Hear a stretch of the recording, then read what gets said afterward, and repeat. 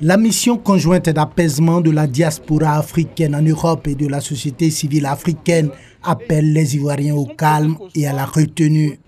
Témoin des violences de ces dernières semaines, cette mission, présente en Côte d'Ivoire depuis le 15 août dernier, appelle au respect des institutions de la République. En Côte d'Ivoire, comme dans tout état de droit, il n'appartient pas à des individus, quelle que soit leur position dans l'administration ou leur influence dans la sphère politique, de désigner qui des concitoyens sont habilités à se présenter à une élection. Cette prérogative est dévolue à des institutions et organes judiciaires, en l'espèce au Conseil constitutionnel. Lors de son premier point presse ce lundi, cette émission composée de 5 membres a par ailleurs lancé cet appel aux leaders religieux. La mission souhaite interpeller avec respect les leaders religieux sur leurs responsabilités en cette période particulière délicate que traverse la Côte d'Ivoire. La Côte d'Ivoire est un pays laïque avec plusieurs religions. Les militants des partis politiques se retrouvent dans toutes les religions. Les leaders religieux doivent donc être impartiaux dans cette bataille électorale et exhorter leurs fidèles à cultiver la non-violence et à préserver la paix. La mission conjointe d'apaisement de la diaspora africaine en Europe et de la société civile africaine va sillonner la Côte d'Ivoire dans le cadre d'une campagne de sensibilisation sur la paix et le respect des règles du jeu démocratique.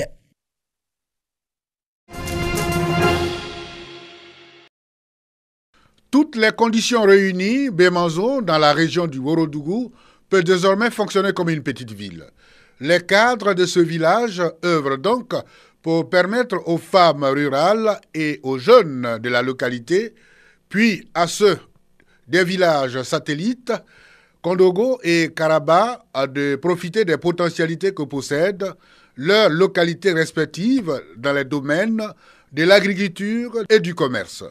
C'est le sens de cette formation dispensée par des spécialistes des questions de l'entrepreneuriat en milieu rural. Des équipes de formateurs venus des ministères en charge de la femme, de la famille et de l'enfant, puis de la promotion de la jeunesse et de l'emploi. Pour Bakary Sanogo, cadre du village, l'objectif visé reste l'autonomisation des femmes et des jeunes. Le Premier ministre Ahmed Bakayoko nous a instruit de suivre de près la mise en œuvre du programme qui entre dans le cadre du programme social du gouvernement parce que touchant à la femme et à la jeunesse à travers des outils comme ceux développés par l'emploi jeune et aussi par tous les dispositifs d'autonomisation de la femme. Ce n'est pas parce qu'elles sont en milieu rural qu'elles ne sont pas des entrepreneurs.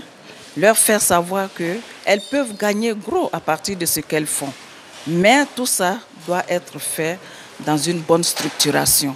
Femmes rurales et jeunes, eux, s'engagent à se regrouper en coopérative. Je n'ai pas suffisamment d'argent pour faire le commerce. Je prends à Kani, ça ne me suffit pas. Si c'est à Abidjan, aller prendre à Abidjan directement, là c'est bon. Mon souhait est qu'il y ait beaucoup de projets vers le village, parce que je suis dans le bâtiment. La formation est à l'actif de la mutuelle Action pour le développement de Bemazo, une mutuelle à pied d'œuvre pour le développement du village et du bien-être de ses habitants.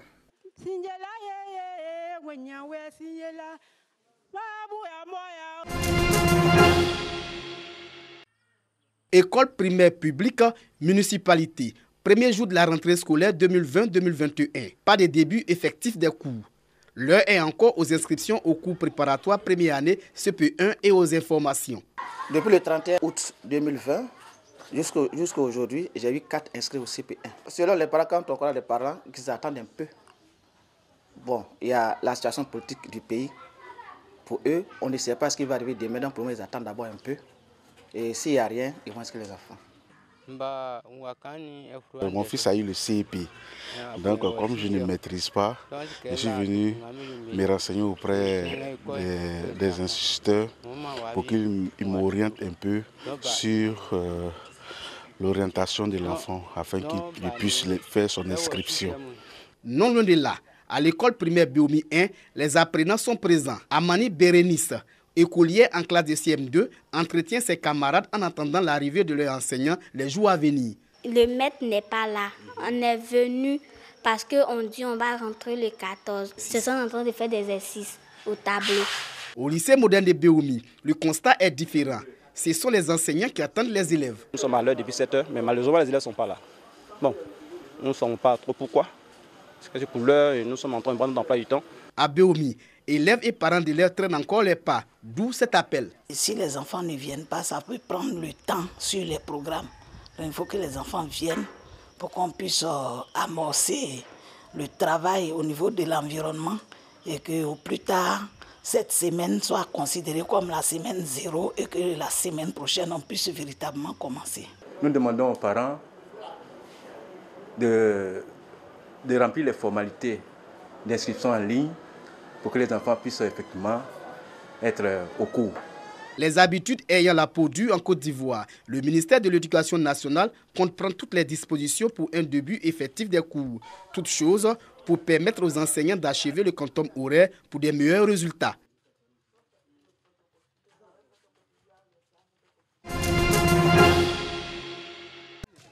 Le village de Bidjan Lokodjro dans la commune d'Atekoubé était en fête samedi. Dans les villages Atchon, le pouvoir se transmet de génération en génération. Le village de Bidjan Lokodjro procède au lancement officiel de la sortie de la génération Blessoué. Un événement symbolisé par la discipline de groupe, la solidarité, l'humilité, le respect des autorités coutumières et administratives, le discernement et le respect des aînés. L'importance de la faculté permet à la génération qui suit de participer à toutes les manifestations entreprises par le village. Aujourd'hui, c'est une préparation, c'est une fête de reconnaissance. Et que après la réunion, chaque catégorie va se retrouver dans son secteur pour fêter avec des amis et pour se retrouver et pour que la préparation jusqu'à 2021 se fasse le plus normal possible. Et nous sommes de la génération Doubo. Et après le 31 décembre, nous allons quitter le pouvoir, c'est-à-dire la gestion du village. Et c'est une nouvelle génération qui va prendre le pouvoir. C'est la génération Tchagba. Et c'est eux qui tiennent la BAC, qui conduisent, et la génération Blessoué, étant majeure, peuvent participer maintenant au développement du village.